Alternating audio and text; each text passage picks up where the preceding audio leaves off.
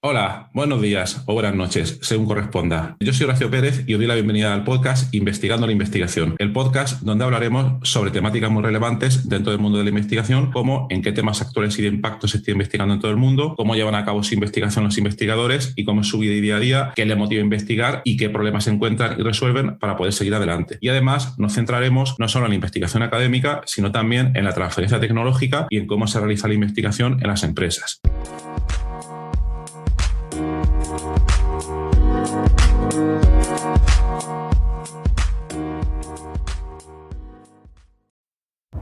Hola, hoy es martes 22 de febrero de 2022 y hoy tenemos aquí el cuarto episodio de la serie Linux, línea de comandos y computación científica. En el último episodio de esta serie, que fue el número 3, estuvimos explicando las posibilidades de que un sistema operativo Windows pudiera ejecutar cálculos en un supercomputador. Y todo esto venía de la pregunta que planteamos al final del episodio 2 de esta serie, donde comentábamos ventajas y desventajas de ejecutar cálculos en un supercomputador, ya sea desde Linux o Windows. Entonces, en el episodio 3 la respuesta fue para Windows, o la opinión, o la versión, o la situación. Y aquí en este episodio número 4 vamos a ver cómo sería desde Linux. Bien. Entonces, vamos a suponer, como ya hemos comentado antes, que ya hemos probado nosotros en nuestro equipo en local que nuestro ejecutable funciona, se ejecuta, y ya nuestro próximo objetivo es ejecutar ese cálculo en el supercomputador. Y nos podemos ir perfectamente, yo creo, a aquel ejemplo que comentamos del procesado de imágenes médicas, el mismo ejemplo que comentábamos en el episodio anterior, en el número 3, ¿vale? Donde tenemos que procesar 10.000 imágenes médicas y cada una de ellas tarda aproximadamente unas 5 horas en procesarse. Bien, ¿cómo lo haríamos? ¿Cómo cambian ahora las cosas? Pues en primer lugar, en el episodio anterior comentábamos que para que el sistema operativo Windows pueda hacer ese cálculo en el supercomputador es necesario tener una capa de software, un middleware, que permita que traduzca las órdenes desde Windows hasta el supercomputador, por decirlo de una manera abreviada. Pero en Linux las cosas cambian completamente. ¿Por qué? Porque el sistema operativo Linux, primero, ya tiene una manera nativa de conectarse al supercomputador, ya dispone de todas las herramientas necesarias para poder hacerlo de una manera fácil a través, como comentamos antes, de la línea de comandos. Entonces, desde nuestra máquina Linux, aunque esto también lo podemos hacer desde una máquina Windows, ejecutaríamos un cliente SSH y nos conectaríamos por línea de comandos a ese supercomputador. El siguiente paso sería transferir todos los ficheros de entrada, todos esos ficheros de imágenes médicas que queremos procesar, los transferimos al supercomputador. Y para ello podemos utilizar una herramienta tal como FileZilla, entre muchas otras, que permiten hacer esto y que os dejé ya en las notas del programa de episodios anteriores, ¿vale? Bien, pues vamos a suponer que ya hemos transferido esos ficheros y entonces el siguiente paso es ejecutar pues todos esos cálculos. Esos, digamos, 10.000 cálculos, creo que habíamos convenido, 10.000 cálculos, cada uno va a tardar unas 5 horas. Entonces, en Windows lo hacíamos a través de ese middleware, aquí vamos a hacerlo a través de la línea de comandos. Y entonces aquí, digamos que tenemos que buscarnos un poco más la vida, o dicho de otra manera, tenemos que ser más explícitos en cuanto a la programación de lo que queremos hacer que en las herramientas anteriores de Windows. Pero todo es mucho más fácil y más potente, ya veréis. Para ello, primero tenemos que conocer de la existencia de lo que es un gestor de colas. En un supercomputador corriendo Linux tenemos una especie de orquestador, que es el gestor de colas, que va recibiendo información sobre los cálculos que se quieren realizar, que comúnmente en este lenguaje, en este contexto, en inglés se llaman jobs, trabajos. va recibiendo información sobre todos esos trabajos y entonces el orquestador, en función de los privilegios del usuario que le ha enviado el trabajo, porque pueden haber usuarios que tengan más privilegios, otros con menos privilegios, le dará mayor o menor prioridad para que entre en la cola de proceso principal del sistema. Esa sería una de las primeras características importantes, la prioridad de cada uno pues de esos trabajos, ¿vale? Ese sería el primer punto. Luego el siguiente sería, una vez que el orquestador decide de que ese trabajo, ese job se ejecute, debe comprobar si existen partes libres en el sistema, nodos libres en el sistema donde poder lanzar esos trabajos. Obviamente, si el sistema está completamente lleno porque hay una gran cantidad de usuarios realizando cálculos, ese trabajo en el lenguaje del gestor de colas no entraría a ejecución, sino que permanecería encolado hasta que se produzca un cambio de situación y pueda entrar en proceso. Entonces, estaría en una cola de espera. Luego, cuando alguno de esos nodos se quede desocupado, entrará a procesarse y ahí estará, bueno, pues hasta que termine. También lo que puede pasar que ese job, cuando entre en un nodo, dependiendo de la política o la configuración de ese centro de supercomputación, es posible o no, todo depende, que comparta proceso en ese nodo con otros usuarios o no. Pero eso va a depender mucho de esa política del centro, ¿vale? Luego el orquestador estaría pendiente de que esos trabajos se terminen o no, y una vez se hubieran terminado, pues avisaría al usuario, o mejor dicho, pondría el estado del job como terminado, y ya entonces el usuario tendría que estar pendiente de recoger esos resultados y de procesarlos de manera conveniente.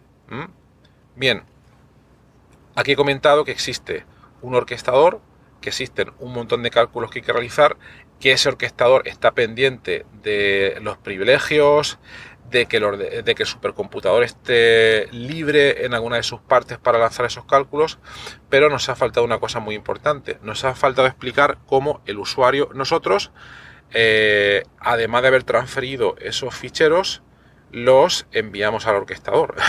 Esa parte es importante y no es obvia. Entonces, la solución lo voy a comentar a muy grandes rasgos. En otros capítulos ya lo comentaremos un poco más en detalle. Sería mediante scripts de Linux, scripts bash, scripts o guiones. ¿Qué quiere decir todo esto? Nosotros en Linux escribimos una especie de recetas donde, imaginaos, nosotros tenemos esos 10.000 ficheros de imágenes médicas y están nombrados, por ejemplo, fichero 1, fichero 2, fichero 3, y luego tenemos que ejecutar el programa de análisis de imágenes. Contiene una línea de comando muy específica que sea, por ejemplo, /análisis, y luego vendrá a continuación el nombre del fichero input, que será fichero 1, fichero 2, etcétera. Entonces, esto lo que se haría un bucle sería que, ¿qué es un bucle para los que no lo conozcáis? Os lo podéis imaginar, es una variación de números, es un bucle que va dando vueltas y que iría llamando todo el rato a ese ejecutable, pero iría variando el input para que se hiciera primero análisis con el fichero 1, siguiente análisis con el fichero 2, etcétera, etcétera, ¿vale? Eso lo que pasa, que la ventaja de los bucles es que en una o en dos o en muy pocas líneas de código podemos tener ahí un bucle funcionando, ¿vale? Entonces, en resumidas cuentas, tendríamos un fichero de texto relativamente simple en este caso, donde lo que escribimos es en la sintaxis del bash de Linux. Lo que tendremos sería el bucle, que llamaría tantas veces como fuera necesario, que en este caso serían 10.000, a nuestro ejecutable, y que procesara todas esas imágenes, y luego además que escribiera los resultados de cada una de ellas en un fichero determinado, cuyo nombre también tendría que estar relacionado normalmente con el fichero input. Es decir, si la imagen se llama imagen 1, el fichero de salida se podría llamar salida 1, etcétera, etcétera. Estas cosas que estoy comentando parecen obviedades, pero hay que tenerlas muy claras a la hora de escribir estos scripts de la manera más simple posible, pero para que sean también completamente funcionales. Entonces, no me quiero extender más, pero la idea sería que primero, como comentaba en el episodio anterior, estamos hablando de un cálculo muy costoso computacionalmente, pero que se puede descomponer muy fácilmente en estas unidades individuales, y entonces cada uno de esos jobs ejecutaría una llamada al ejecutable que analiza las imágenes con cada uno de esos ficheros de entrada, y eso lo procesaría pues esas 10.000 veces.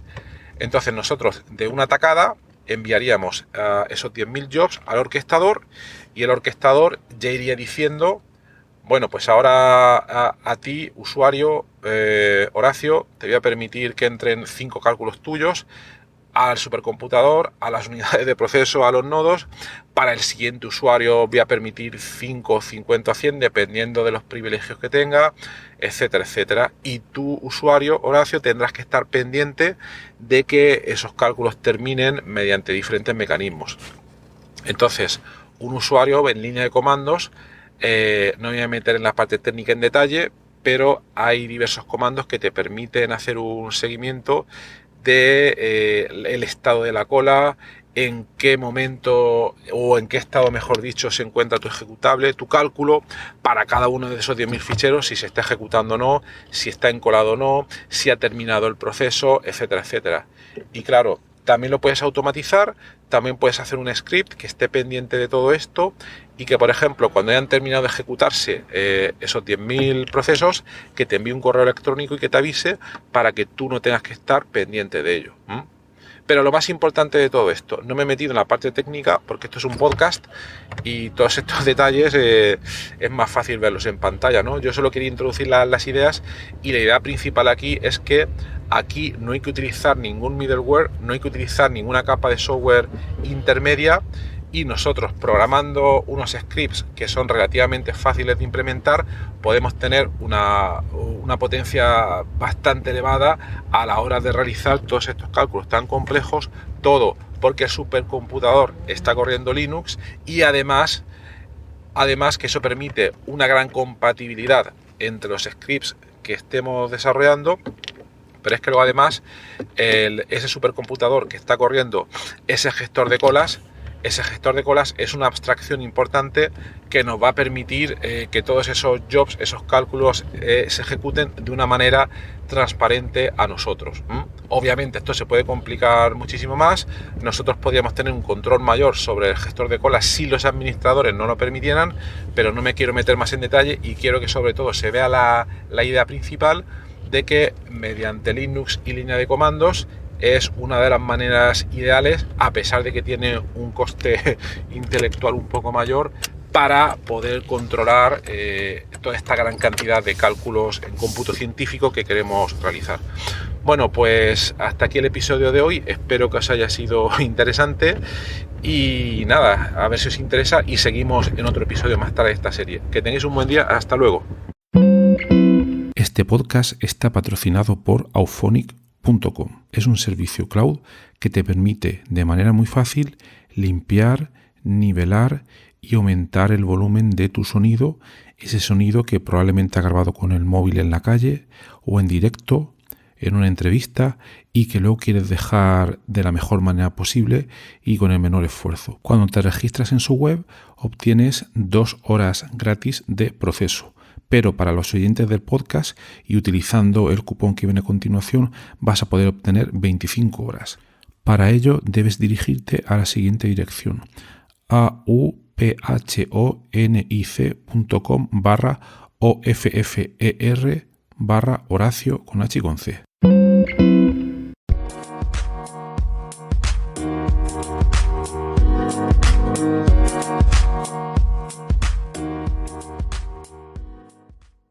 gracias por estar ahí y por escuchar este podcast. Os recuerdo que en la nota del episodio tenéis los detalles sobre muchas de las cosas que hemos hablado hoy y también un formulario donde si quieres puedes opinar sobre el podcast, para bien o para mal, como quieras, estás en todo tu derecho, y también sugerir si quieres un próximo entrevistado o tema que está relacionado con la investigación, claro, pues tu opinión me parece muy importante, tanto a mí como a toda la audiencia de este podcast que va creciendo y que va contando muchas cosas interesantes. También comentar que si te interesa alguna de las técnicas que hemos mencionado hoy de manera muy breve en el podcast, me puedes contactar directamente y te puedo dar más detalles. Y por último, si te ha gustado, te agradecería muchísimo que lo recomendases a quien veas que le puede interesar y difundirlo por las redes sociales o donde sea. Y nada, y si estás en Apple Podcast, pues ponernos ahí 5 estrellas o 4 como quieras. Siempre viene bien. Muchas gracias. Hasta luego.